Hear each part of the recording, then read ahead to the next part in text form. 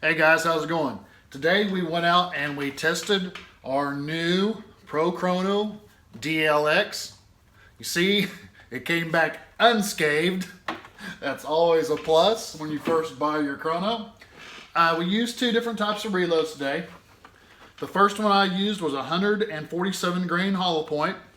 Okay, I loaded these up with 3.2 grains of tight grip powder. And then the second one we tested was a 115 grain bullet, and we loaded these with 5.8 grains of power pistol. Okay, the reason why I use those loads is because those are the loads that I use to clean out my firearms. When I say that, when I shoot a lot of cast bullets or a lot of powder coated bullets or a lot of Acme bullets, at the end of the shooting session or every now and then, you know, once a week, once a month, just whenever I feel like it, I run some jacketed hollow points down the barrel to help clean out the fouling. To me, it just makes it easier to clean. It's just something that I do, just something I've been doing.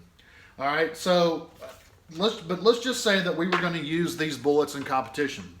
Okay, the Hornady, the power pistol at 5.8 grains, based on the Hornady manual, I should have been throwing about 1,130 feet per second. Okay, and based on the 3.2 grains of tight grip on the 147 grain bullets, I should have been throwing right about 900. So that's why you want to have a chronograph. All right, let me clear off this phone before it dings at us again. So on the first loads on the 147 grain, we actually got an average of 918, which is really close to our 900.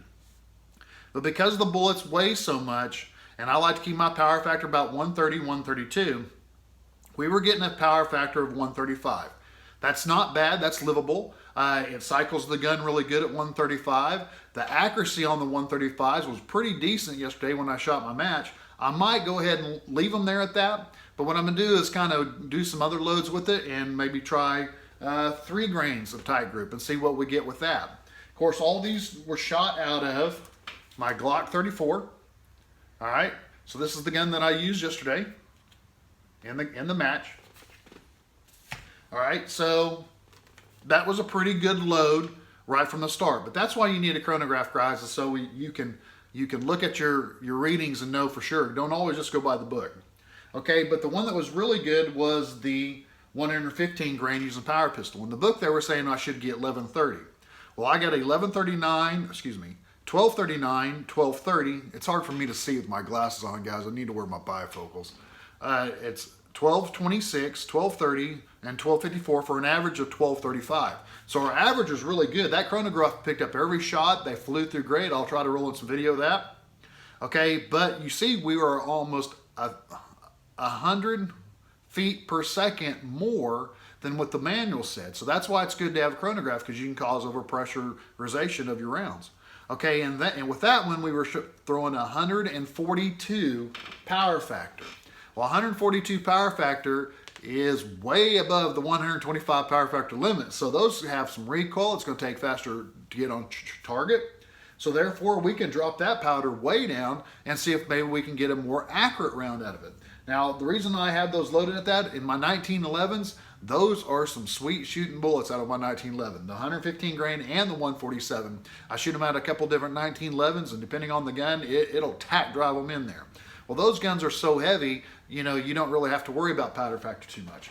But when you're trying to run a lightweight Glock and production, or in this case, limited division, you know, it's better to be closer to the power factor. So that's why I highly recommend that everybody have a chronograph if you don't.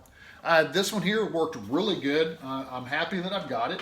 You know, the only problem is I did try to Bluetooth into it. It wouldn't let me Bluetooth into it. It said that my phone was unacceptable or whatever it said. I don't know. But there it is. There's some shooting and some testing with the new chronograph. It worked out really good. Those shot really well, but now we know that we're a little bit above power factor, and we can actually drop the on each of those down. I am going to test those loads out of a couple more guns, but I do know this, like I said, out of my 1911s, one of my 1911s will shoot that 142 power factor lights out. I mean, it's almost one hole, you know, one ragged hole. And on the 147s, they shot really good out of this Glock. You know, I'm tempted to go out there and do some accuracy testing with the 115s before I put all this away, but shot really good. New Chrono worked great. All right, guys, there's a video today. Appreciate y'all watching.